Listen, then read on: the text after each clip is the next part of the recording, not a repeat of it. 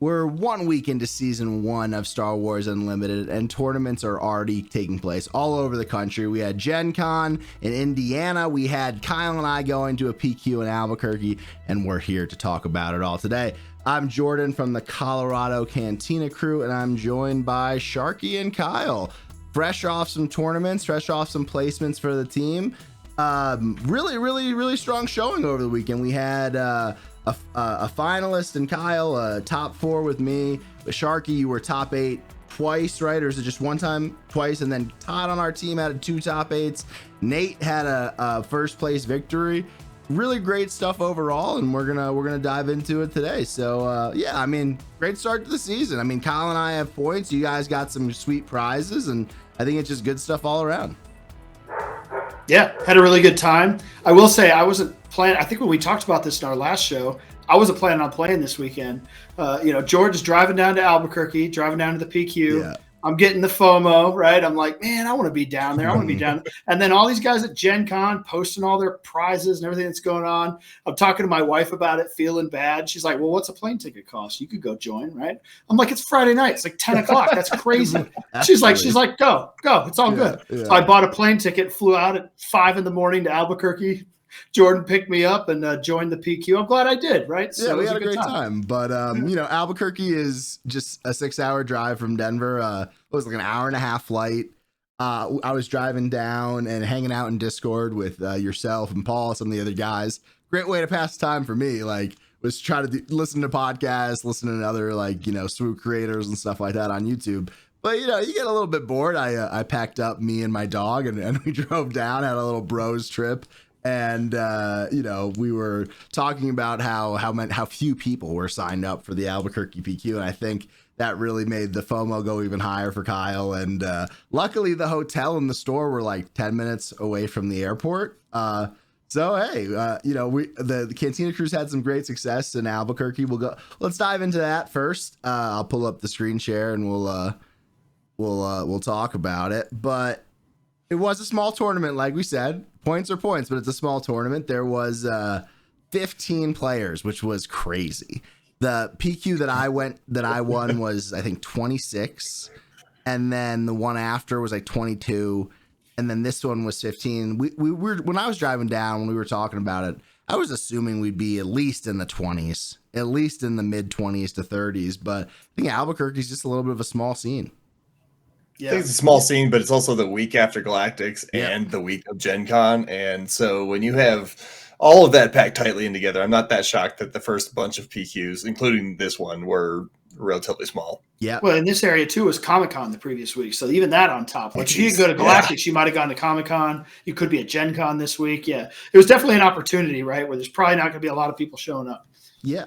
And I think if I'm doing the math right, there was 5 out-of-towners and just 10 local people, which is pretty small, right? I guess the guy who ended up winning, Alexander Kagel, maybe that Kegel is more funny, but he ended up winning with Palpatine. He's from Amarillo, Texas, and he came in with 2 other guys. He actually won the last set PQ that Paul and Zach from our team placed top 4 and top 8 in.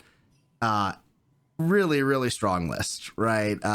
He got a very easy road to the finals in the top 4 because it was 2000s and a Han, and it was a really tough matchup for any mid-range deck. And that's one of the topics that I kind of want to talk about, like, tangentially tonight, like the rise of these big Data Vault Colossus decks. We saw Tata win in West Virginia with a Data Vault deck. We saw Nate win one of his pods with Iden Data Vault at Gen Con, and man, is that a world that we want to live in? So that'll be a little tease for later. But top 4, like we mentioned, ended up being Palpatine, Kyle on Han Blue, myself on Talzin, and then the guy that I actually beat in the finals of the Twilight PQ, Vlad, on Talzin as well. I would say that even though it was a small event, pretty skilled event, the top 4 were all really good players. There's another really great player there, Jay Jetta City, who was on Obi Blue, usually plays Sabine. He at Sectors, he beat Tata, Paul, and Travis over the weekend. So just, pretty condensed group, but a strong group. So I had a great time as well. And, I picked up the Towson deck on Wednesday pretty much, got back from Vegas on Monday, tried to catch up on life on Tuesday, and then decided to start practicing Towson on Wednesday. So honestly, for picking it up and having like 2 days of reps with it, it felt really good. And I was happy with the performance. Yeah, I'll say that, the winner here, to your point, he had the right deck for the right day, right? A lot of mid-range, like really the whole field was mid-range, and he came in with hard control, right? This Palp was like draw cards, super laser blast, win the end game, right? Mm. The only thing in there that I thought was pretty cool was he had picked up that tech of the Revan's lightsabers. Yeah, that was pretty spicy. I didn't see that one coming. You know what I mean? Like, yeah, he had, I don't remember what unit it was. I think it was his Vader. He had time lead in a Vader, or is this the other Vader? And then the next year he slapped on the blades and just whacked me. And I was like, okay, that was cool. Because it's a Sith. Yeah. Yep. So that one was pretty fun. Aside from that, you're talking, this is your pretty standard Palp Blue hard control, right? Which in a sea of mid-range just cleaned up, right? Yeah. It was the right deck for the day, right? If there's a bunch of Sabines or maybe Vader yellows there, it's a different story, but that's not what it was. So good job by him. Made a good pick for the day. We told the story of I showed up last minute. I didn't plan on going. I didn't practice at all. I didn't practice anything. I hadn't been looking at new decks. I still was like, well, I'm coming off of Galactics. I had a good showing at Galactics with Han Blue, and it's what I've got. So I guess I'm going to Han Blue. I thought a little bit about Quinlan, but I ended up just Han Bluing it in. In the end, got to the finals. 35 points was 35 points. The goal at the very least is to qualify for day 2 for Galactics next year. So I'm a third of the way there. So, yeah, exactly.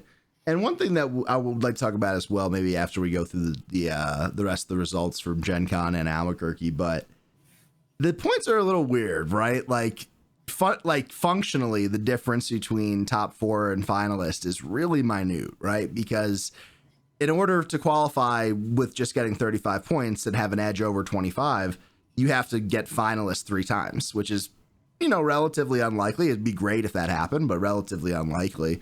Where with top 4, it's basically the same thing. And we were talking about some ideas maybe for showdowns to get points, just something. I don't know. We'll talk about that a little bit later. But overall, really strong list, Kyle. Like we said, we played in the top 4. Game 1, we were joking about this, but the initiative is really important. And I happened to win the initiative and have it in game 1, and was really keeping you off the force until around turn 5-ish on your flip, and everything was really going well. Got a lot of damage on base, and then just really ran out of gas, right? I drew double force lightning and then a hot shot and arm to the teeth in back-to-back turns. Just couldn't develop the board. And then game 2, I didn't really have a grasp on at all. That was the first game that I've played of Towson where I felt like my inexperience in the matchups kind of came back to bite me a little bit, but really, really good games overall. Yeah, I felt good in that matchup. I played a good amount of Towson. So to your point, I don't know how much Towson you've played into Han Blue. Not much. But I definitely had the edge there because I played a lot more Han Blue into Towson. So I knew exactly what I was doing, which I feel like gave me the advantage, right? Because to your point, I think that matchup, to your point, that matchup a lot of the time is initiative. And I managed to get both games without the initiative, which just means that I probably have more experience in that matchup is all, right? Yeah. So they were fun games. And I was looking at it with the game 1 because I think you were at 22 damage. It was really the Towson game plan was working, and then I ran out of gas. But did I run out of gas because I missed resource? Did I run out of gas because of RNG? What other influences is there? But those are all the questions that you ask yourself when you take stock of your performances. The list was pretty tight, though. I basically ran Benton's list from Galactic Championships with some changes to the sideboard. I added in 2 turrets and 2 parliamentarians. Came back on one of the crate dragons and one of the planetary bombardments. Since then, kind of, you made some updates too. I've updated as well. I did feel like there were a couple turns throughout the tournament where I really wasn't able to develop the board at all. And because of that, I brought in Long Pike, and I've gone down on 1 arm to the teeth, and then kind of chilled out on the Kylo tech. I think Towson has a relatively naturally good matchup into the Kylo Tarkentown deck. So just 1 parliamentarian for now. And honestly, it might be more for the Data Vault version than the Tarkentown version at this point, just to turn off Anakin and turn off that really tempo Kylo flip in the blue-green villain build. And then it went up to a 2nd crate and a 2nd planetary bombardment. A lot of times you're just looking for a little reach, I found, right? And Yeah, to your point about the experience, I think my Talzin versus Han experience was basically me playing Han into Talzin and then trying to remember the things that I didn't like happening to me when I was playing Han, right? So deck was feeling really good, though. I think I'm going to be playing this for a little bit, going to be testing some different things. Long Pike's been good, obviously, great smuggle option, and yeah, really, really fun deck. Reminds me of Django a lot. It reminds me of playing a unit and having other effects happen, which I really enjoy in this game. Yeah, I like the Parliamentarian as anti-Anakin tech in general. Yeah, it's good against Kylo too, but I like it better for the anti-Anakin tech because Anakin can be a problem for a lot of decks. Mm-hmm. This, especially a fully turned on Anakin. It's, -3, it's okay, but -6, a deck like Talzin, you don't really have. So you just ripped apart your board. Like you can knock out a Tyrannus and your other previous plays. So I think that's actually a bigger deal. Mm-hmm. So Kyle, this is the deck that you ran. What were the cards that stood out to you a lot? Yeah, so like I said, coming from Galactics to here, I made a couple like last minute changes, trying to theoretically think through like what do I think makes sense coming from Galactics, but I didn't get a chance to play test it. So the changes I made in my head were I got off of Ogdo Bogdo. I just found him to be useless, frankly, at Galactics. Never liked him, never wanted him. When I did play him, he didn't do his job. So I brought in the Outer Rim guys, the shielded 3/3s. They were actually really good. I think against you, they were really good. Just another shielded unit, hard to take down, giving me some beneficial trades, that sort of thing. I did like them over Ogdo. Let's see. I also brought in a Jedi lightsaber. That was effective a couple times. So I liked that, but I'm not sure it's going to stay. I will say in the sideboard, though, is where I got the most advantage. The Parliamentarian, I ran into a Kylo. It did its job. It won me the game, right? So easy peasy. I had the pressure. He had to flip, but I wiped out his graveyard before he could flip, and that was kind of that. And then the daughter was awesome. Game 1, I ran into Sabine, ECL, and I would think, against my camera. Anyway, against Sabine ECL, one of the biggest problems that you would have or one of your biggest strengths is going to be Chirrut. The Chirrut's good enough usually, but the daughter on top was just crushing. I got the daughter on board, he just could not push the damage. Right, that was kind of game over. So I like the sideboard options. I think that was really beneficial. And then you can see Jordan. I also updated the list since then with some lessons learned. Couple changes here. One.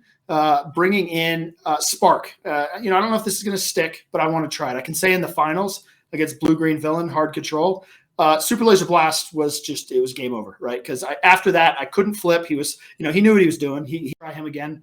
What I took out for that, I believe, was Poe.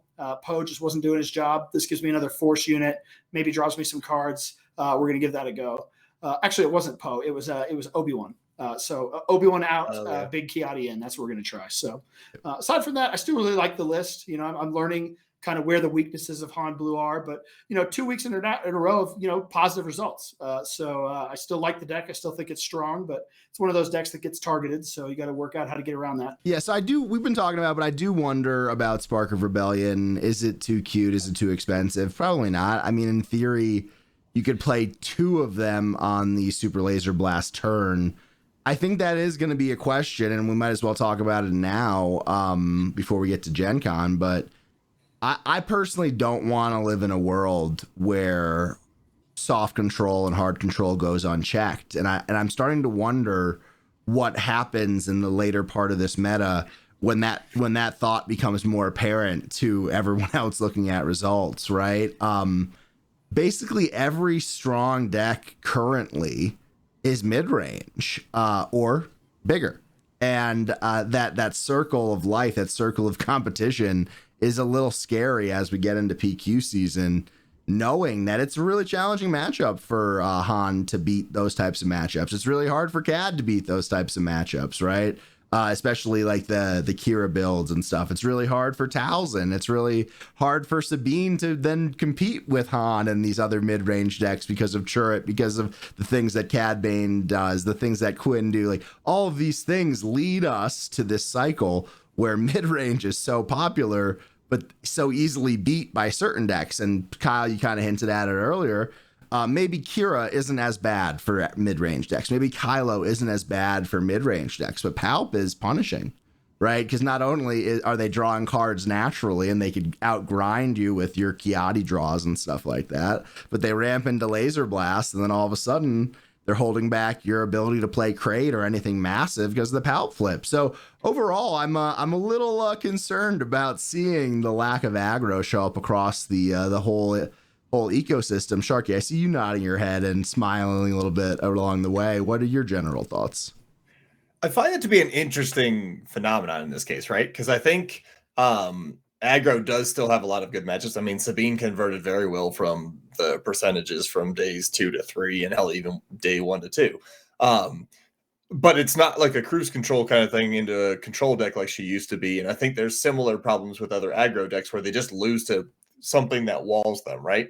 But I know from at least the Cad Bane perspective, I have to tune the deck a little bit towards the aggro side of things to beat those harder control decks that you've been talking about. Honestly, if it wasn't Palp, like the hard control decks, I feel pretty good into, but like Palp is a weird kind of middle ground between the upper end of like soft control and the bottom end of hard control because of the flip turn being such a gigantic swing, and then you can super laser blast and draw a million cards. So I agree with you. I don't know that I want to live in a world where those are like the main things everywhere. However, it'll be interesting to see what evolves to combat the things that are evolving to combat the current meta, right? Like it's kind of like 2 to 3 steps ahead we're almost getting, but it is interesting to see it start to develop already. Yeah, it's the circle of life. And to your point with Palp, that's exactly what I ran into with Han, right? If he's playing Kylo or Kira, I was able to press the gas and he was in trouble until the blast. The problem is that a lot of times after the blast, you want to slam Crate to finish it. The problem is with Palp, you can't because they just take your Crate, right? So Palp sits there and holds Crate hostage. So your only option is to rebuild the board. And then you get punished by Ambush Vader. You get punished by Ambush Walker. You get punished by another blast, right? It's a problem, right? I did get 1 game off of him, right? And that was the game he didn't have blast, right? I just went after him and I was able to get him, right? But both the games that he beat me in the final, he had double ramp into blast into either Vader or Timely Walker. I was like, I can't rebuild my board. I can't put out Crate. I guess good game, right? So the thought process there was both times, though, I had him in a good position ahead of the blast, right? So the thought process is, hey, maybe I can get this spark off. If he's got 1 blast in his hand, I can finish the job here. So we'll see. I think we have seen some of what the answer, though, is, Jordan, to your question. If we kind of look back at the World's meta, a couple of those decks that squeaked in, the Han Pilot aggro deck, the Kaz aggro deck that made day 2. To your point, Sharky, the conversions with the Sabines, I think we just need to see more of those decks. I know in our local meta, there's been a lot of buzz about Poe ECL. The most recent local down in Colorado Springs that turned the Winnabox, that was Poe ECL that won that, right? Yeah, so that won that, right? Prior to Galactics, yeah. That's right. So I think we're gonna see some of that, probably more of it, because you show up with a Palp Blue into a day where there's a lot of those going on, you're gonna get beat a lot. This guy just, that wasn't there. So OECL is one of the guys that was there in the pod I played too in Gen Con. But go ahead. On the one end, you have the decks like Palp Blue, right? So, like, truthfully, there isn't that much hard control going around right now, right? You'll see very small amounts of Boss Blue. You'll see a lot of the blue-green at varying leaders, right? I wouldn't be surprised to see Thrawn, Iden, Kira, Kylo, or Palp, right? So it's a pretty wide variety, even Krennic, right? But it's a wide variety of how weak or strong those decks are to mid-range and aggro, respectfully. But when you look at it, for me, I'm not sure if it breaks down to as simple as I'm about to state it, but it really does feel like the decks that can play Churret shut down ground aggro, and then every other deck that is in red particularly is teching to be able to fight space aggro with their sideboard and or force throw, force lightning, etc. And that leads us to a spot where the needle to thread for an aggro list to be functional is smaller than I would like it to be. I don't know if that's just the way that I'm looking at it, but I think it's a pretty like sketchy spot currently where if we don't start to see some different types of aggro pop up, it might be a problem. And I do think that Han for Tarkin Town, the Kaz Tarkin Towns, the Kaz Blues, the Sabine Yellows, like the Vader obviously is still very strong, even though Bombing Run exists.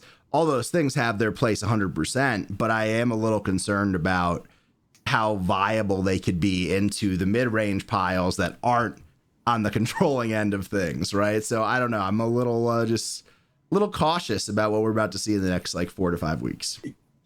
Yeah, it's kind of interesting because my default aggro deck would probably still be Von Reg, and it also has a similar thing where it's a little harder to shut down than just playing Cheer It, but the things that shut it down so hard that it's like, is that really worth it? Yeah. Like it's pretty binary. You're either going to win the matchup, you're going to lose the matchup, and there's not a whole lot of like middle ground. Can I find my way out of this? It's I know when I sit down almost probably how this is going to go. It's gonna be a long day, right? Yeah. So I don't know. Am I being over dramatic about how I'm thinking about the lack of aggro, Kyle? Yeah, I worry about the same thing. We've talked about this before, but I'm the same way. I don't want to live in a world of blue-green villain mirrors. I've played a lot of blue-green villain. I don't like playing the mirrors, right? I really hate getting milled. It's not a play style. It's not an archetype that I enjoy playing with or against, frankly. So, I love that aggro. I want aggro to be a strong, healthy part of the meta to keep that down, right? And if that means I got to be the aggro player, I'll do it, So, we have our PQs coming up here in Colorado. The first one's in 2 weeks. The next one's 2 weeks after that, right? So it's going to be really interesting to see. Colorado's always been a very control-heavy meta. And if we're trending towards control being good, right? I'm looking at Nate playing his Iden Data Vault. I'm looking at Chris playing his blue decks. It's going to be there. It's going to be there. And it's not my favorite meta to play in, but obviously I'm going to keep that in mind as I'm deciding my strategy going into the day. And, hopefully there's going to be some of those aggro players, maybe even myself, trying to weed them out. And I think that's part of the balance, but the mid-range is just so good right now. Right, especially into aggro, where usually it's like obviously typically mid-range does beat aggro or slow it down enough, but I feel like right now it's particularly stifling in the archetypes that are popular. Right. Like, we talked about that with the Han Blue, right? Like I landed Cheer It into the Daughter, and it's over. Like you're not getting through Cheer It. And even with he had an A-wing in space and something else, well, it's hitting for 1 because every time you attack, the Daughter takes 2 of that damage away. So it was just it's a total shutdown. Mm-hmm. And then it's probably the same way. It's the same feeling of that being stifled when you sit down against a pilot that's competent, right? So I'm going to be thinking about some aggro lists. I'm going to be seeing what's interesting to me. Still tweaking to Kaz Blue as always. Maybe Sabine has to make a return, and just hope you dodge Han Blues and play those other decks. But again, remember, Sabine has had a terrible matchup into Kira Data Vault. Obviously, Kira Data Vault has changed a little bit in this set, but I don't love it. I'm not overly enthused at that prospect. That being said, right now, it's not like too far gone. I'm not sitting down and seeing it everywhere. It's just a trend I'm starting to notice early on in the season. And then the next thing I think about, and I think we're safe for this to be happening at this point. I don't think that Force Throw is going to be banned. I don't think anything is going to be banned. I don't think there's any actions that are likely to take place soon. But imagine if Force Throw gets banned, how powerful those blue-green villain decks are going to be. Right. So I think it would be almost out of the question for that to be the case right now. So that's the true biggest to some extent. argument against. Go ahead. That's true to some extent, but also part of what's keeping these aggro decks down is Force Throw itself. Fair. So I agree. I'd probably lean towards not suspending anything right now, but if it did get suspended, I do think you'd see a lot more people polarize on the aggro versus control thing instead of staying in the mid-range. Yeah, I think you would see a mass exodus to either side of the spectrum with aggro or soft and hard control. I think the mid-range would be relatively abandoned, which sign me up. I'm good, right? But I love the mid-range. Yeah. Well, what do you lose, right? Talzin's substantially weaker, Han's substantially weaker, Quinlan substantially weaker, right? Those decks could survive. They could iterate. They might evolve. I actually think Talzin survives that. Oh, she's weaker. She's definitely weaker. I would say that right now, as a new Talzin convert, right? I would say that one of the major perks is that you get to play like the 3 best events in the game, give or take. Yeah, I think Talzin survives that better than some of the other ones, though, because my experience with it is that Red needed it. I think Talzin Red dies and everybody switches to Talzin Yellow. Personally, I like Talzin Yellow. I think it's a good deck. I think that's the death of Talzin Red, but Yellow becomes a thing. So we all on the same page there with no action likely to take place. What are the odds? Never tell me the odds. Confirmed it's not happening this week, but I wouldn't be shocked if it stayed the way it is the rest of at least the month. Yeah, I just don't see a reason, right? Like, yeah, I don't think they could or should. I think at the very least they should, bring in 3 or 4 weeks of PQ data. And even with looking at the first week of PQs, it was pretty diverse, the winners. It's not like it was just dominated by one archetype. I mean, you saw Tata 1, there's no force throw in that deck, right? You saw RPQ, Palp 1, there's no force throw in that deck, right? So, we're not talking Django here. Yeah, exactly. And I think that's a good point. Thork's Hot Takes had a great video that came out today or yesterday, kind of going through it. It almost is like a flow chart where it's like, hey, do you like this? Is this not fun? Then you should want to ban. And I thought that was a really interesting way to put it. And it isn't as strong as Django. And I think as I'm like reflecting more from Galactics and looking at our lessons from testing, I think one of the things that I ignored or didn't factor in properly was the ability for a deck to be resilient against counters. And Ahan obviously wasn't necessarily up to that challenge. Maybe it will be in the future. But last week, it was tough. Okay, so let's move on to Gen Con. Sharky, tell us about how things went down there. Gen Con was fun. It was supposed to be my relaxing weekend, ironically. I only did 2 of the 6 potential constructed pods. That being said, there was a lot more competition in these things than I would have expected the week after Galactics. A lot of the Europeans actually stayed around for an extra week and went to Gen Con. I got to go hang out with Sip and Frank from the Bothans, get to sit next to Alex, the greatest, as night dinner one night. Like, all of those guys were in pods playing throughout the weekend.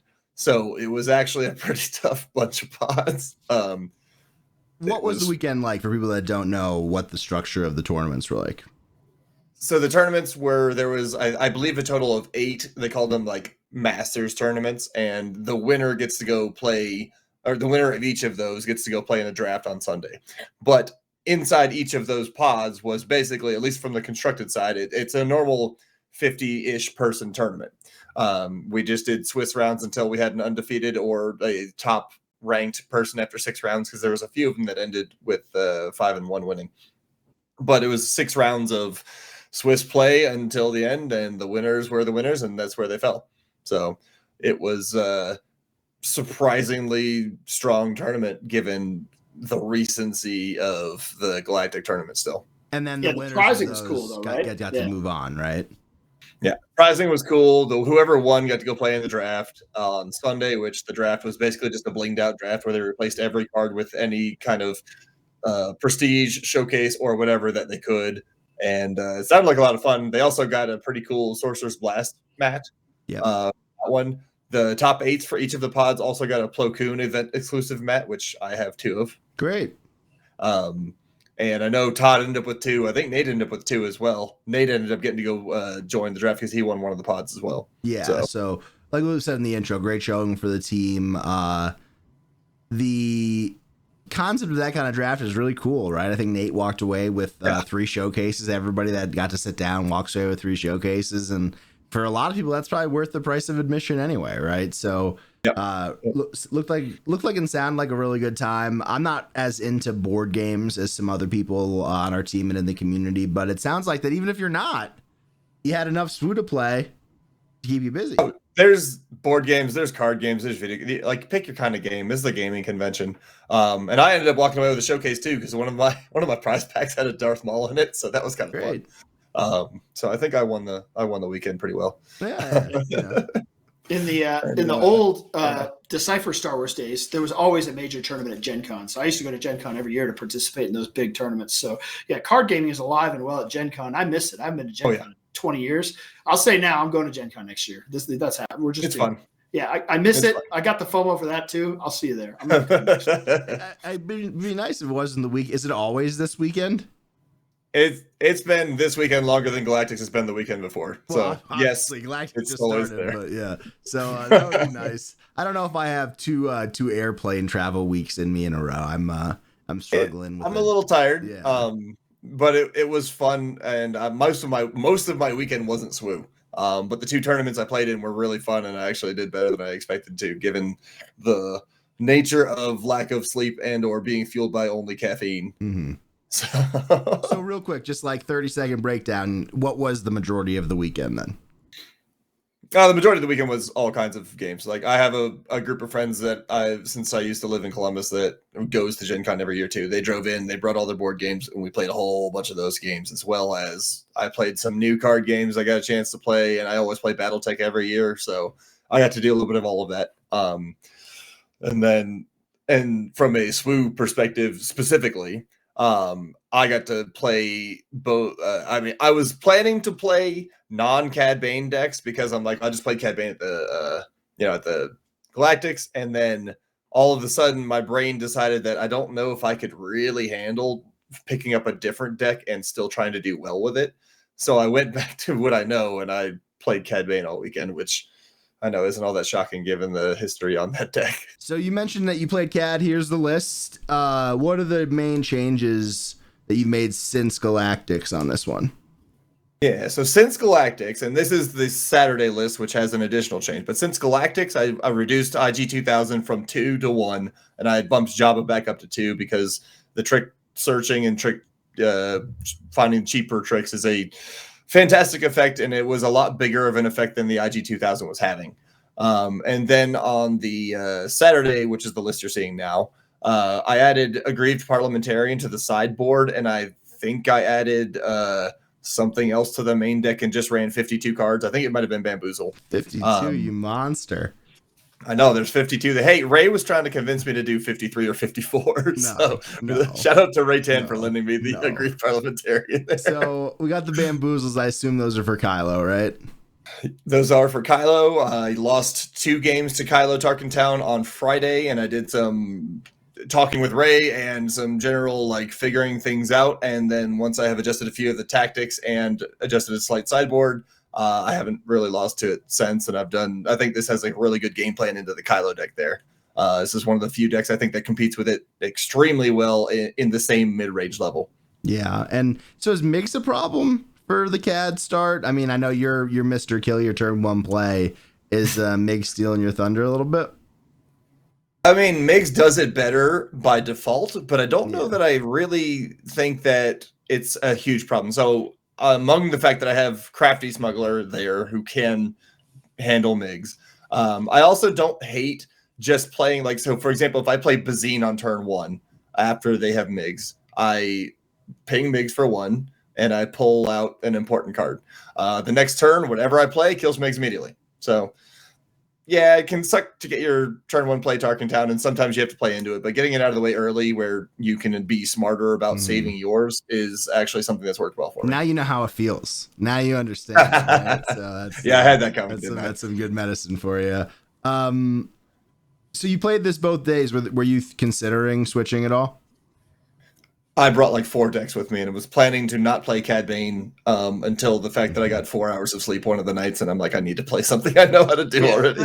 That's what I wanted to know, right? In our Discord, you're Mr. Towson, right?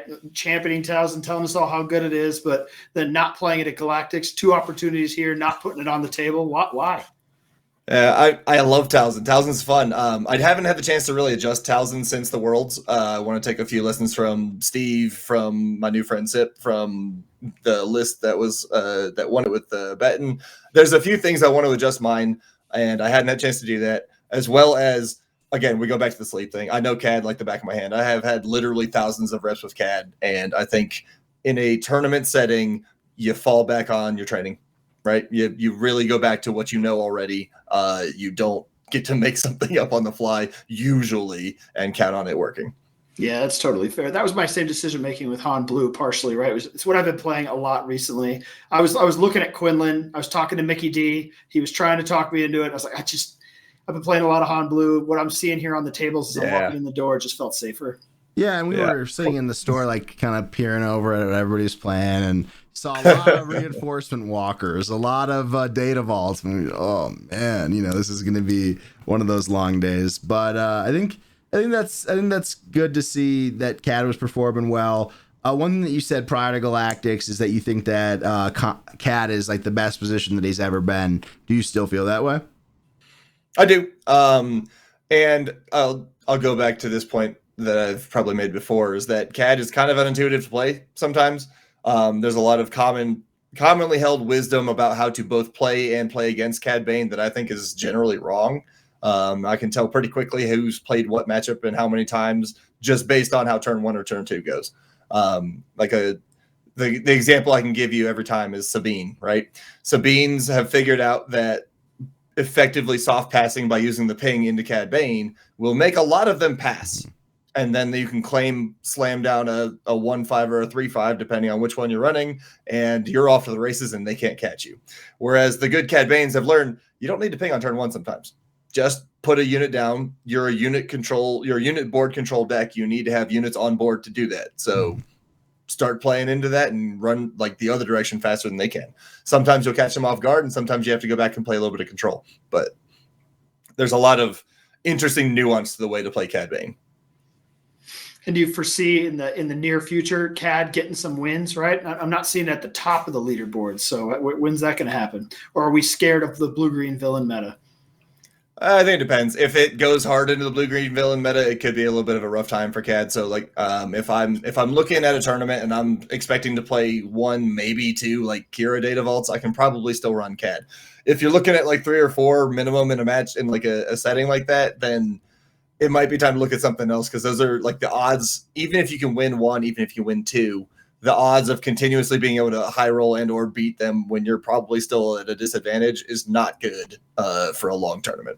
Especially in a strong field, right? There are a ton of very good soft control players around here, Kyle included. Nate obviously just won in Gen Con with Iden Data Vault. We have Chris, who plays control like to his core. So it's something that I've been thinking about as well as I get deeper into Tals, and it's that I could beat players that are below my skill level on blue green villain, but it's a tough matchup, right? And you get 2 for 1 and you get grinded out.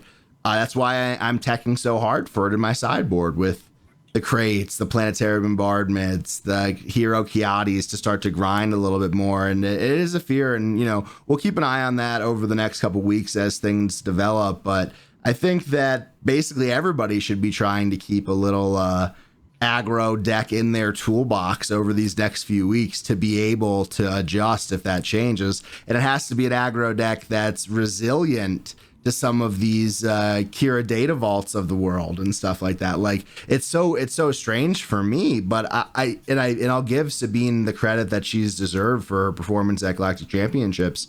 But I still feel that, just like statistically speaking, it's not a good deck to play right now. Kyle, am I wrong, or should I be giving more credit? Should I go back to the homegirl, or what? Yeah, Sabine I've always felt like, hey, you can roll the dice with Sabine, you can win any game, right? Mm-hmm. There's always you high roll it, you can win any game. Sure. I'll go back to, I ran into a Sabine this week.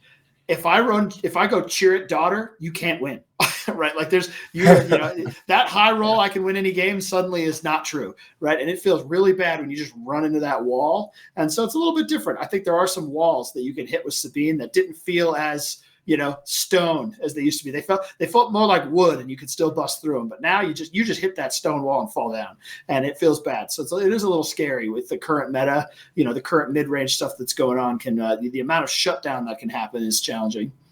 Yeah, so we'll be thinking about that over the next few weeks. Kyle, Sharkey, for those that don't know, what will you be thinking about as we get ready for this PQ in a couple weeks? As we get ready for the PQ, it's a lot of making sure I have a lot of my bases covered. I've been doing a lot of branching out, trying to play non-CAD decks in various ways. Liar. No. I did. I've got Von Reg ready if I need him to be.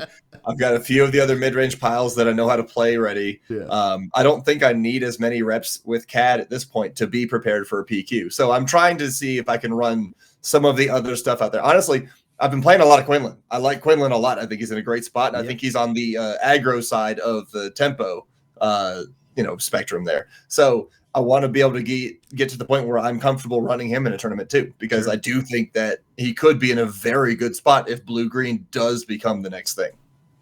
Kyle? Yeah, I like blue-green villain too, but you can run into Quinlan. You can run into a situation where, and part of why I didn't run Quinlan this past weekend was blue-green villain can get you over the top. You eventually run out of top end. You're not running Crate Dragon. You're not running some of these big things. You need the game to be kind of done by 7, right? Even into Han Blue. If you can't handle, I mean, maybe you can handle that first Luke with a Han, but second Luke, Crate Dragon, game over, So it is a little tough, but I agree with you. If I was going to go from an aggressive perspective, I'd be looking at, probably Sabine, maybe even Poe ECL is kind of that space tilted version of Sabine. Cool. I do like that a lot. Obviously, Quinlan's still on the menu for me. From a Han perspective, we talked today, I'm still tinkering with Han Blue. I just like blue better because I feel safer with removal. But theoretically, green going wide is a good way to attack blue-green villain, right? You get home one, you go wide. You get Keller and you go wide. You get like the Poe pilot unit and you can split him apart and go wide. There's just a lot of ways to go wide, which is good into blue-green villain. So, maybe I play around a little bit more there. That's just not my style deck, right? So I understand why it's good. I understand why people like it, but every time I try to play it, it just doesn't compute, for me. So, I think I would be looking at a lot of things here over the next couple of weeks. Not totally sure what I'm going to play, but thank goodness I have 2 weeks to figure it out. Yeah, I think Han Green is one of those types of decks that clicks more for me. The style that I like to do things where multiple things are happening at once. I'm not just playing board control. I'm trying to quote unquote high roll. I think if Han Blue sees any minimization, Han Green, I think, is in a great spot. I think it's better into the Talzins. I think it's better into the Cads. I think it's better into the Quins than Han Blue, just comparing the two. Your ability to go from 0 HP on the board to 15 HP on the board is almost unmatched in the game, right? It's kind of nuts. Yeah, whether it's Kellerin, Home 1, like there's so many things that you could do to get things out. But obviously, that all gets stopped by somebody playing a crate before you do without you having an answer. No Force Lightning, no power, no fell, no whatever you need to do those things. So that's a challenge as well. But on my end, I think I'll be working on Talzin. I am afraid of the rise in blue-green mill, and that's why I mentioned it earlier. Let us know in the comments if you would be afraid of that thing as well. But I'll be working on Kaz still. I'll be working on Quinn, I think, too. But all of those things outside of Kaz, I'm a little worried about those villain decks. I'm gonna have to be thinking. I might try to see if that Luke Data Vault pilot is any good. I know Paul's had some good success with it. I think it might have to be space. I think it might have to be a Han 4 style deck. And you know what? I just miss being able to play Han 1 too. I think that Force Throw puts such a dent in what Han 1's able to do with the card advantage stuff that that green deck I think would be great right now if Force Throw didn't exist. Just the ability to pilot up a big old Falcon and get it into base. So I'm cautiously optimistic over what the next few weeks are looking at, but I would not be surprised if we're sitting here post Denver PQ in 2 weeks, just down in the dumps about the amount of blue-green matchups we had to play throughout the day. So here's looking at that. There's a reason I'm dusting off on rig. Yeah. So any other notes before we get out of here? No, I don't think so. It's just another awesome weekend of SWU, right? Back to back. As you can see, I think we all look a little tired. Right? Yeah. There's been a lot of SWU for 2 weeks straight. I tried to take a break, and apparently SWU's like crack. I couldn't get off it, so here I was again. Yeah. And here's the lesson for you guys. If you have a friend going to a tournament, just instead of driving down with them, just spend a lot of money buying a ticket and fly down, right? Last minute.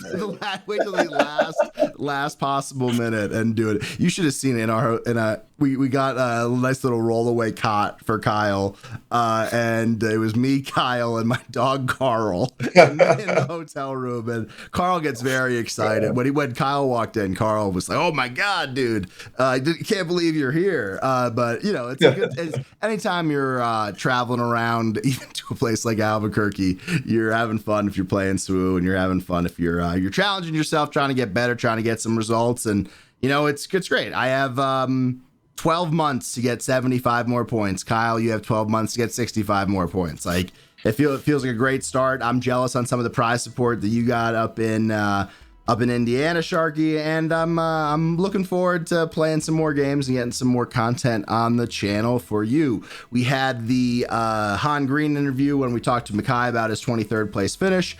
We have Paul, the only Luke Data Vault, making it to day 3 of Galactic Championships coming soon, and then our conversation with Steve diving deep into Talzin for his day 3 finish as well. Some gameplay, some midday matchups. We'll have to get a stream going from my house coming soon as well. And then this Friday, Sharky and myself will be joining Loopy and the gang on Late Night Gaming's channel for some webcam games as Kyle is gallivanting in the mountains with his family. So good stuff all around, and happy for the support. Excited to play some more games and hopefully get some more tournament results for the team. So for Kyle, for Sharky, I'm Jordan.